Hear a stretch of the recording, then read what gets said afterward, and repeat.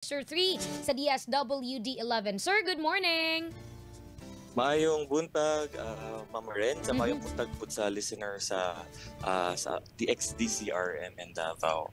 Ako, magpaila-ila ko. Ako si Lucian Lasida, Social Marketing Officer 3 sa DSWD 11 Kalahi Seeds Program. Yes, sir. Thank you kaayo, sir, sa imuhang panahon kay mangutana mi niining bahin sa inyuhang Bayani Ka Awards 2023 sa DSWD 11. Unsa ni siya, Sir Luis?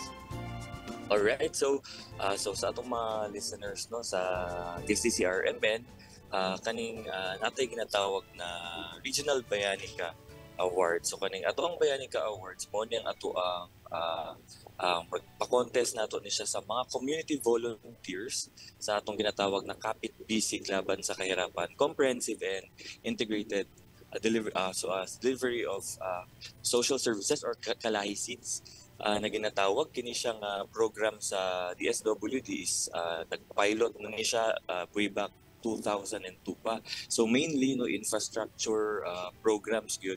Infrastructure ang ginahatag ni Kalahi Seed sa ato ang mga kaning mga lugar no na belong sa mga kaning ginatawag na geographically isolated and mga GIDAs, no, nagkitawag mga isolated na mga lugar no, all over the Philippines.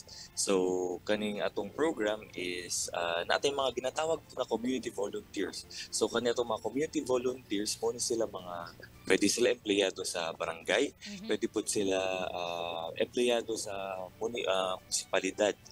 Okay, so ginatawag nato sila na community volunteers because sila ay involved no sa kaning atong ginatawag na community driven development approach or CDD no na mao gyud ni ang ginagamit na approach ni Kalahi Seeds isip kaning pagmugna og mga proyekto no labi na mga infrastructure na mga proyekto para sa certain barangay or certain municipality.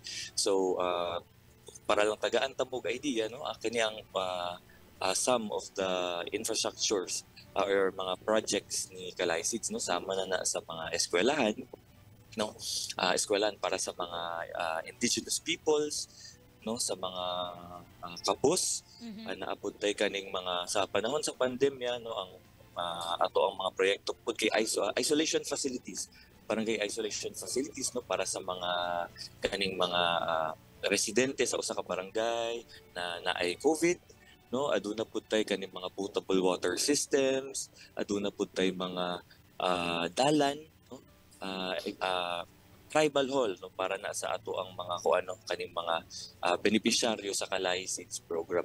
Ug karon no na nabalik na ang ni-relax na ang COVID no na situation actually ko na gyud no Yes, very sir. isolated na lang gyud kaayo ang COVID, dili na siya matawag na pandemic. So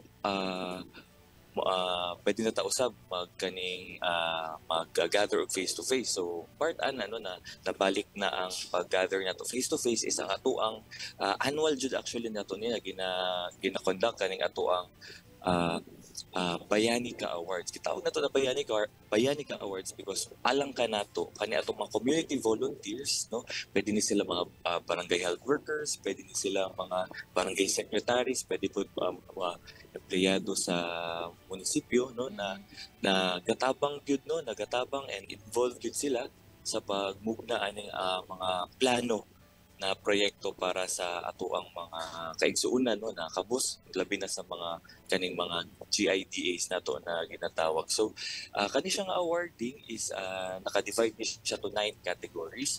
Actually masking 15 no as long as nakay kailan ng community volunteer ni Kalahi Seeds na in the previous years wala pa na nominar o nahimong finalist, pwede kay nato sila i-nominate. So para lang may bala nato ang nomination process no Yes, sir. ato ang i-share sa main Facebook page ni DSWD 11 ang mechanics sa contest. So bago lang tanan no akong pasahon ng pinapaspas ang categories. So aduna tayo 9 categories which is first the gender and development. Pwede ni siya individual or group. Kaning disaster reduction management or environment protection, pwede po individual or group.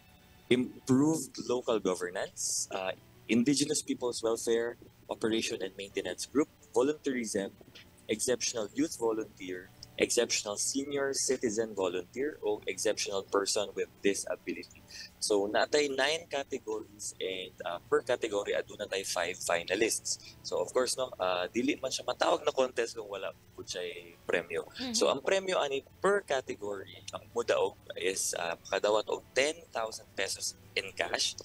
And ato ang mga dili mudaog but mamahimong finalist is mudawat og 3,000 pesos. So ato adjud ginaawag no kan mga ato mga listeners na naay kahibalo kabahin sa pagpadagan sa ka-license program ug naay kahibalo about sa programa na pwede gyud ta mo nominar og ato ang bayani or ato maginatawag na exceptional community volunteer. So ang nomination nato is mudaga na siya antod actually supposed to be dapat atong nomination kay mag-close na pero kay gusto man nato na mas daghan.